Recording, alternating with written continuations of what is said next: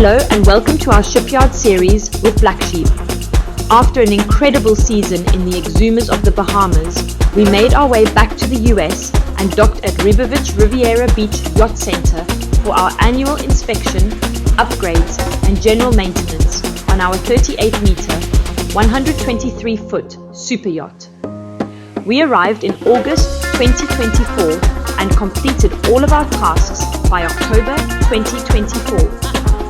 Welcome to episode 1 as we take you behind the scenes and show you what it takes to be a leader in luxury charters throughout the Exumas and U.S. Virgin Islands. Now, here is your host, BlackSheep's manager, Captain Nick.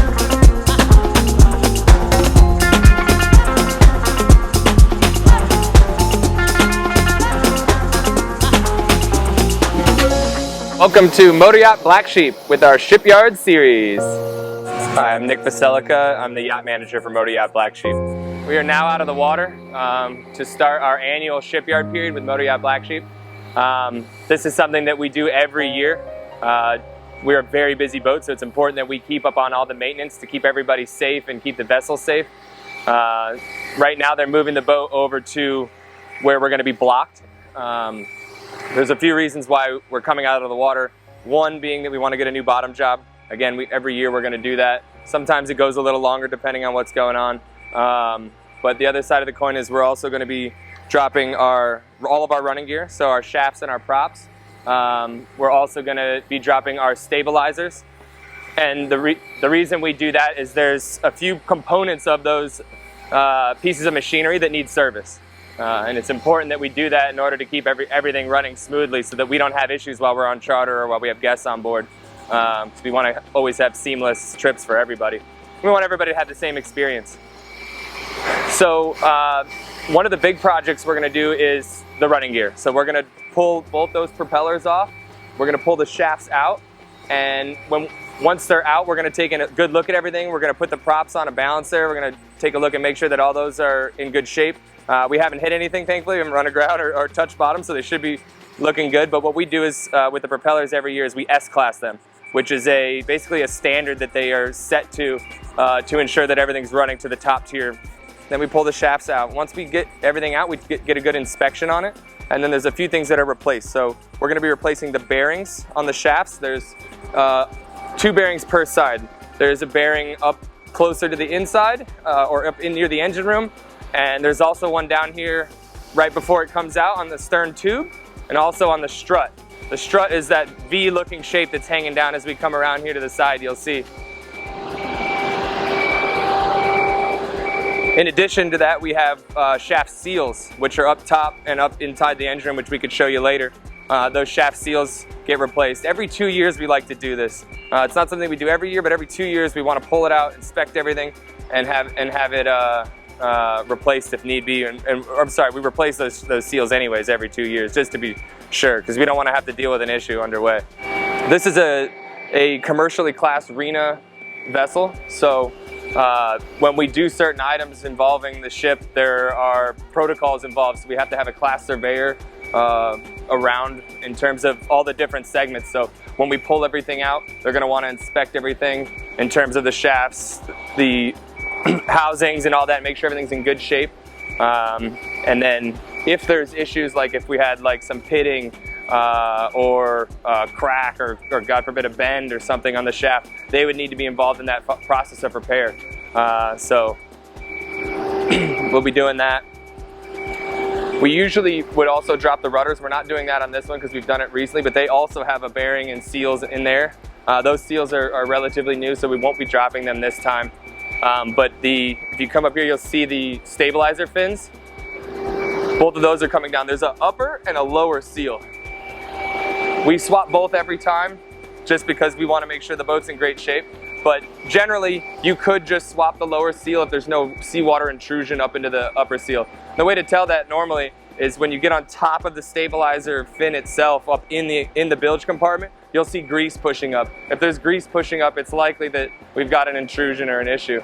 But we've already looked at that. There's no issues there. So it should be a pretty seamless process in terms of dropping all the running gear.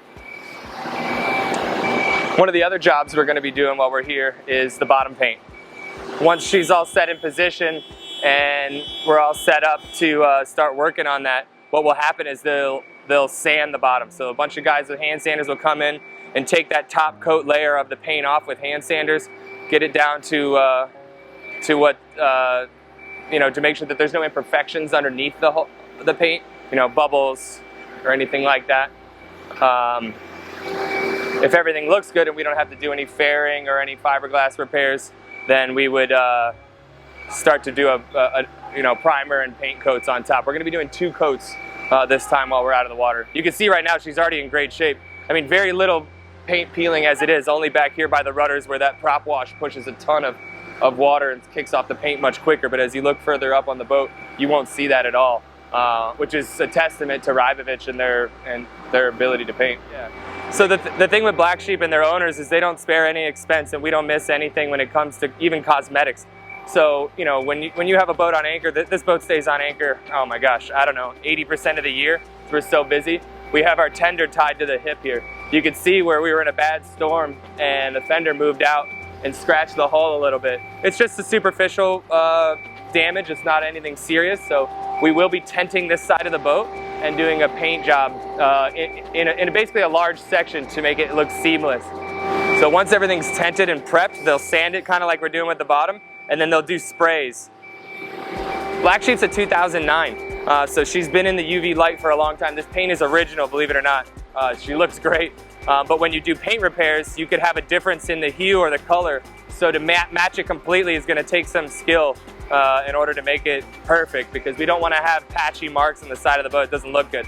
You can see the chine where it starts here all the way back around. Once the paint job is done, we're going to be doing what's called ceramic coating. So the ceramic coating is like a clear coat that's going to go over the paint. When you have a lot of toys around the back of the boat or tenders tied to the hip, it can trap a lot of that exhaust from the generators and engines. So it's important that we get this ceramic coating on there, so when we go to wash it every time we move the boat, it comes off a lot quicker and doesn't keep the boat looking nasty, or those dark marks that you can kind of see a little bit on the back of the boat. You'll notice now, or you will notice if you see more videos of us out there, that it won't be there because we'll be able to get it off a lot quicker. Otherwise it gets trapped in the paint. It's really hard to clean.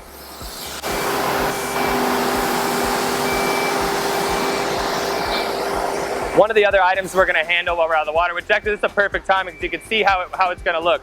So you see the anchors up in the pockets there. What we're going to do is we're going to drop them down, flake them all out, osmo them up and clean them up really good. If you look to your right here, you'll see this is what we're going to be doing. We're going to lay them all out so that we can paint them like this, all the different lengths.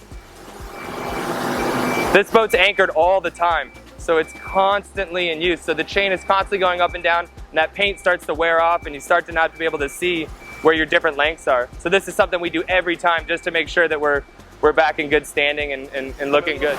So we're almost in position now. Once we get in position, they're going to move jack stands, chains, and blocks so they can set us down and get us into where we want to be sitting. They're actually going to block us quite high, as high as they'll let us in terms of safety. And the reason being is we got to pull those shafts out, and those shafts are very long. So we want to be as high up as we can in order to get them all the way out. Otherwise, they have to pick the boat back up again and pull the shafts out and set it back down. We don't want to do that because there's a lot of added expense. But once we're in the position here today, we're going to be doing a couple things. We're going to hook up shore power so that all of our systems can run. We're going to hook up what's called a cooling tower, which allows us to bring hoses up into the system like you would normally be sucking salt water. We're going to suck fresh water from a cooling tower, and it regurgitates itself through there to allow the AC system to function as it would normally. This allows you to use all the air handlers in the boat. Sometimes you'll see boats like, if you look over here, this big air handler with a big hose coming up. That's just pumping air into that area. But what we're going to do is we're going to allow us to use our systems completely as they normally would be used. The other thing we're going to do is hook up our black and gray water tanks. So again, same situation, just like you would be normally discharging into the water, it's going to be hooked up so it can discharge into the tank. This allows the whole boat to function like it normally would in the water. Yeah, so the crew on this, in this situation will live on board. We're not doing any major paint jobs or anything that would affect them from living on board. They're not doing any major work in their living areas either. So they'll be there. We'll still hold a watch and be able to monitor everything that's going on the daily basis. There is a bunch of other projects that the crew will be handling that we'll get into.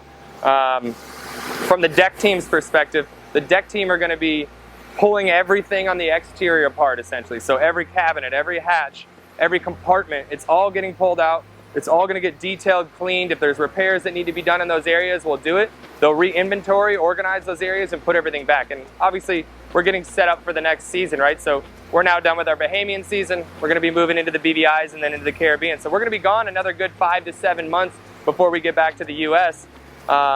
So that we need to purchase all this stuff now and have it all on board and ready to go for that whole season. So Motor Yacht Black Sheep is a 2009. However, in 2023, when we bought the boat, we did a massive refit. I mean, an entire interior, all new exterior teak, a lot of systems replaced, upgraded to get ourselves to the next level in terms of chartering. But every year we do stuff to keep ourselves current. We're replacing carpet, we're replacing soft goods, we're replacing, you know, all those things that have a shorter lifespan in order to keep us in top tier, to keep us, you know, in that 2024 and then which will be 2025. You can see the small paint touch-ups we did last time. I can't believe how nice the paint's held up.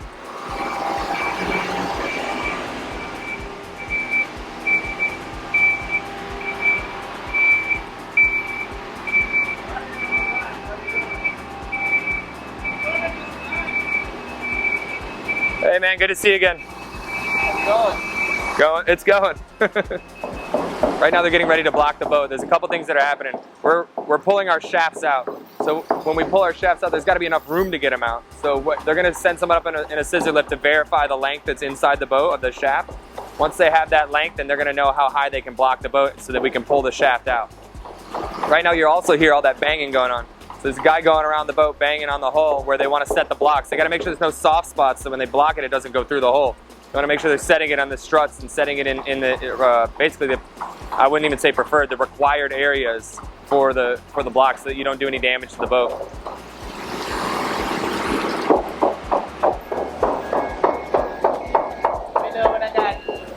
Yeah.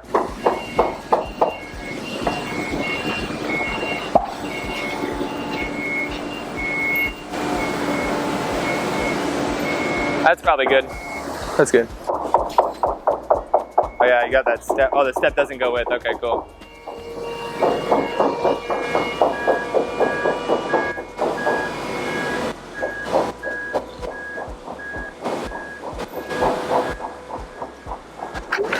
Oh, you good?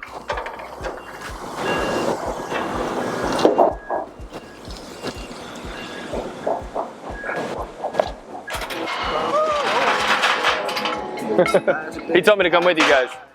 Yeah, okay. How you doing, Otis? You doing all right? Pretty good, you? Not too bad. I can't complain. Long time no see. Yeah, man. Not that long, right? Oh yeah, he's the power man, no? Oh no.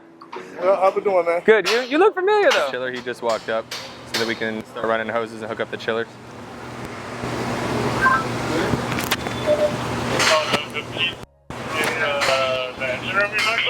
Yeah, the connection piece is to hook the seawater lines to the chiller.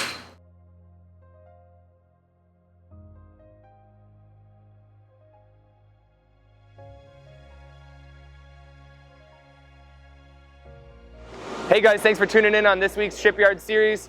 We're now on the hard and ready to get going. We'll see you at our next episode next week.